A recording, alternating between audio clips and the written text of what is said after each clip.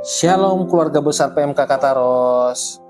Berjumpa kembali dengan program Renungan PMK Kataros edisi Kamis 16 Juli tahun 2026.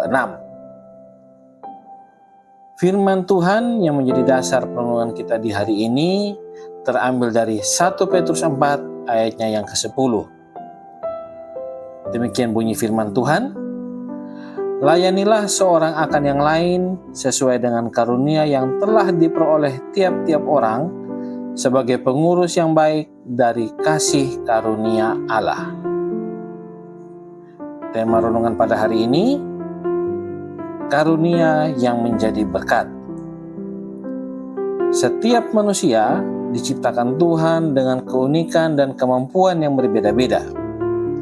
Ada yang memiliki kemampuan memimpin, mengajar, bernyanyi, menulis, menghibur, mendengarkan, atau menolong orang lain. Semua kemampuan tersebut merupakan karunia yang Tuhan berikan secara cuma-cuma. Namun dalam kehidupan sehari-hari, tidak jarang ada yang menggunakan karunia hanya untuk kepentingan pribadi, mencari pujian, atau memperoleh keuntungan bagi diri sendiri.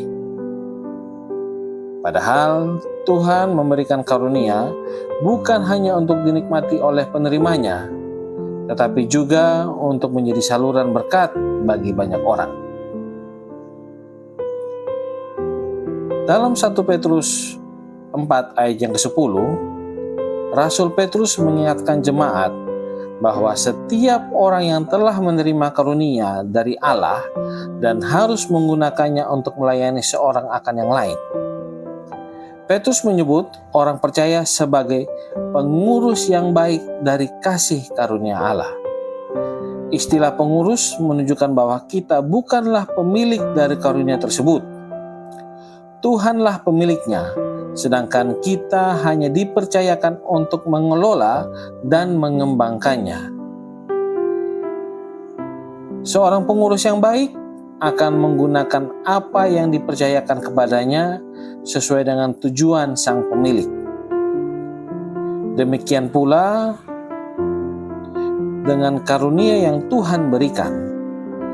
Karunia bukanlah alat untuk meninggikan diri, melainkan sarana untuk membangun sesama dan memuliakan Tuhan. Dalam konteks surat Petrus, jemaat sedang menghadapi berbagai tantangan dan penderitaan. Di tengah keadaan itu, mereka tetap dipanggil untuk saling melayani dan menguatkan satu sama lain. Hal ini menunjukkan bahwa pelayanan tidak bergantung pada keadaan yang ideal, tetapi pada hati yang mau taat kepada Tuhan. Ketika setiap orang percaya menggunakan karunia-Nya dengan setia, tubuh Kristus akan bertumbuh, dipersatukan, dan menjadi kesaksian yang hidup bagi dunia. Firman Tuhan hari ini mengajak kita untuk merenungkan bagaimana kita menggunakan karunia yang telah diberikannya. Apakah karunia tersebut sudah dipakai untuk melayani orang lain, atau justru masih tersimpan karena rasa takut, minder, atau merasa tidak mampu? Tuhan tidak menuntut kita memiliki karunia yang luar biasa, tetapi Ia menghendaki kesetiaan dalam menggunakan apa yang sudah kita miliki. Mungkin kita dapat melayani melalui kata-kata yang menguatkan, membantu pekerjaan pelayanan, membimbing teman yang membutuhkan, atau menggunakan keahlian yang kita miliki untuk menolong sesama.